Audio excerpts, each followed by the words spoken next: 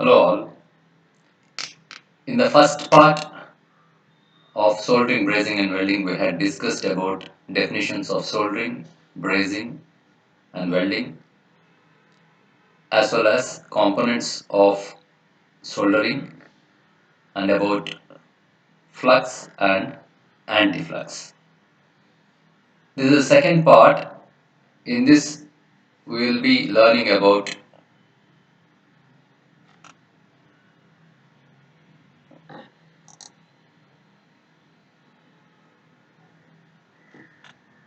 solder, heat sources for soldering, technique considerations of soldering, and about welding.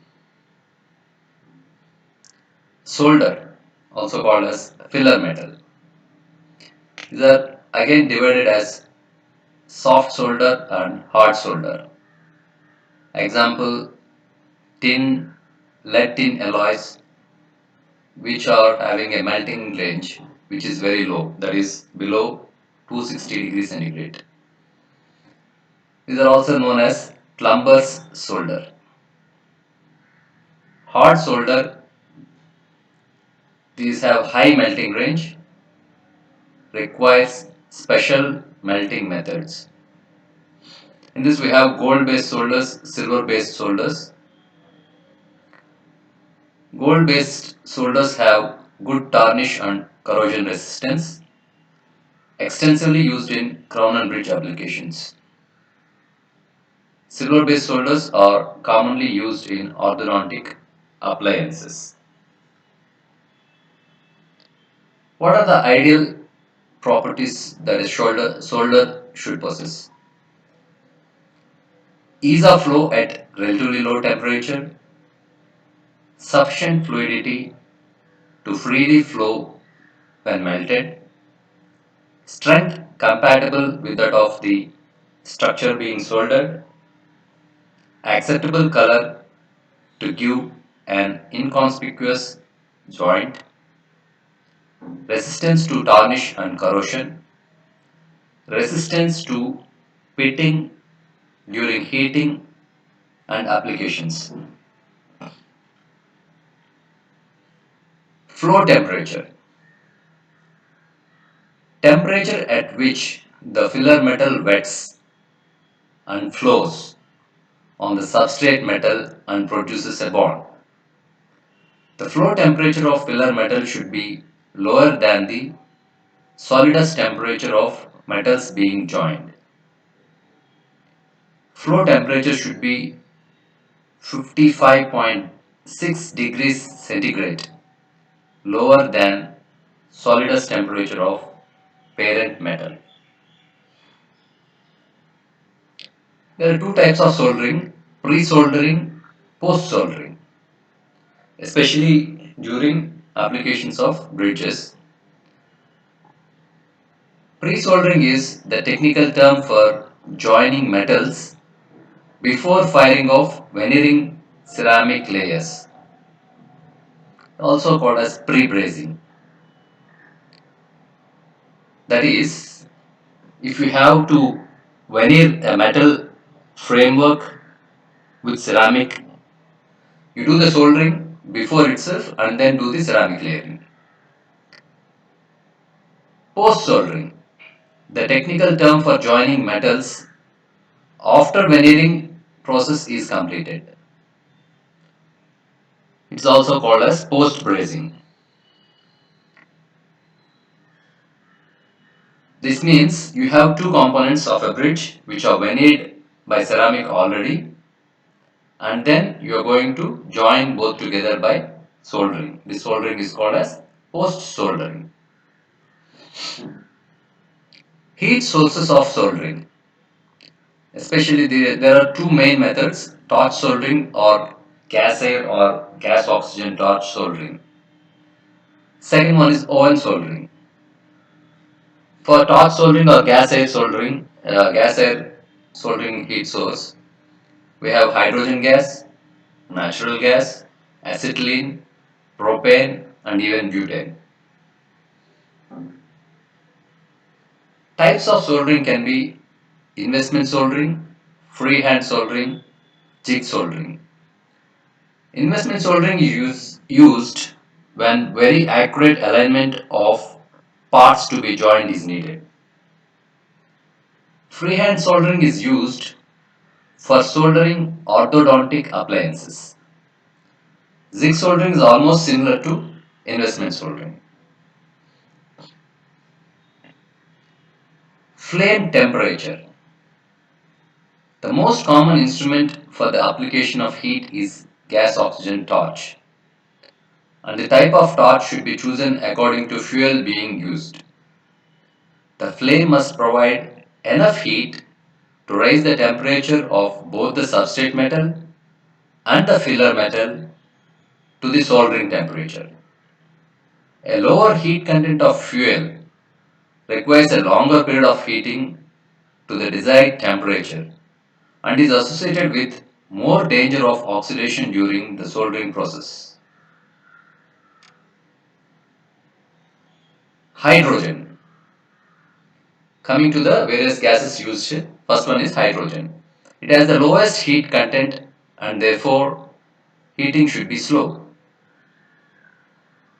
Heating would be slow, sorry. This flame is not indicated for soldering of large bridges. Natural gas. It has a temperature of 2680 degrees centigrade and heat content is 4 times that of hydrogen. The gas is normally available in non-uniform in composition and frequently contains water vapor. So this is also should be used with caution. Acetylene. Acetylene has the highest flame temperature and its heat content is greater than that of either hydrogen or natural gas. Acetylene is also a chemically unstable gas and it decomposes readily to carbon and hydrogen. Propane. Propane has a good flame temperature and its heat content is the highest of readily available gases. Both propane and butane have the advantage of being relatively pure compounds. Therefore, they are uniform in quality, virtually water-free, and gives a clean burning. So these can be used. Propane can be used as a best gas for soldering methods. Oven or furnace soldering. This is the second method of soldering, heat source for soldering.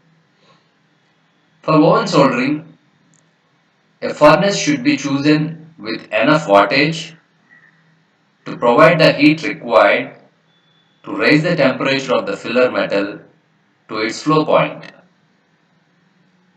The furnace will also provide high temperature environment, so less heat is lost to the other parts of the bridge or to the ambient atmosphere than with torch soldering.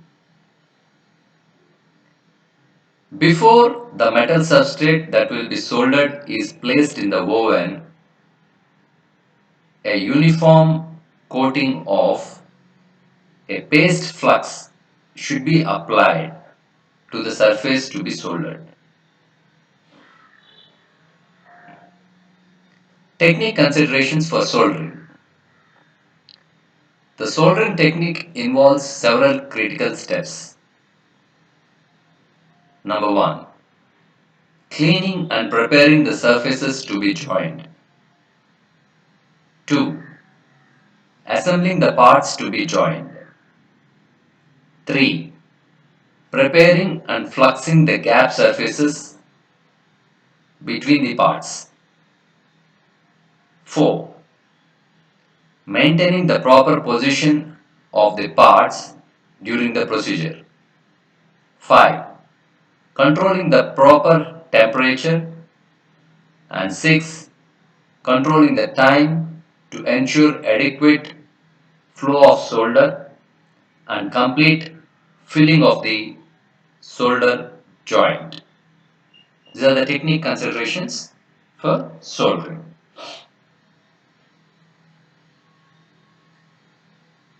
Gap, that is soldering gap. The optimum gap between the parts of substrate metal to be joined has never been defined. If the gap is too great, the joint strength will be controlled by the strength of the filler metal. If the gap is too narrow, the strength will probably be limited by flux inclusions, porosity caused by incomplete flow of filler metal, or both.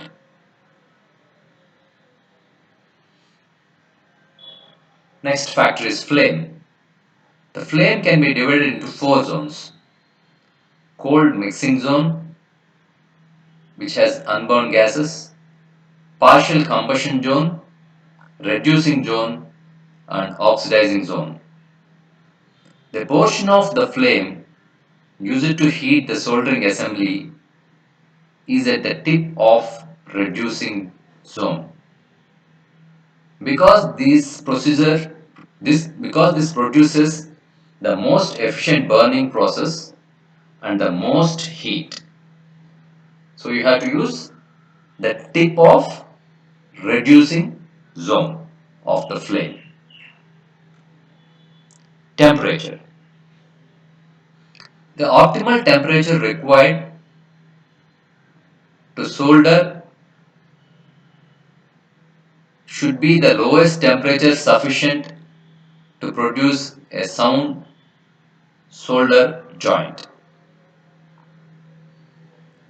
The flame or furnace chamber should provide enough heat to the substrate metal to reach the flow temperature of the filler metal.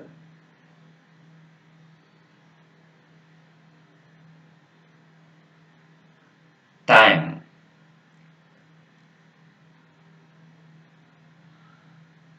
Longer time increases the possibility of diffusion between substrate metal and filler metal, while a shorter time increases the possibility of incomplete filling of the joint and flux inclusion in the joint.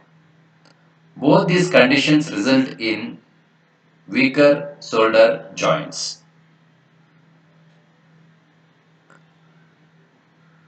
Soldering defects. Number 1, porosity or pitting due to incorrect fluxing, incorrect cleaning, incorrect flaming, incorrect spacing of parts. Fracture of joint due to overheating. 3, actual dissolution of parts. This is again due to overheating. Distortion of parts being soldered could be due to overheating, or it could be due to thermal expansion of parent metal. Last part of the topic is about welding. Welding is the process by which surfaces of metal are joined by mixing with or without use of the heat. Cold welding is done by hammering or pressure. Example, gold foil filling. Hot welding uses the heat of sufficient intensity to melt the metals being joined.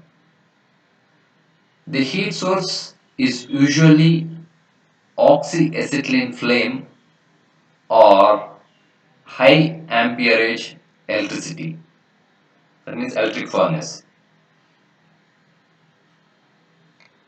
The four types of welding: spot welding, pressure welding, laser welding, plasma welding.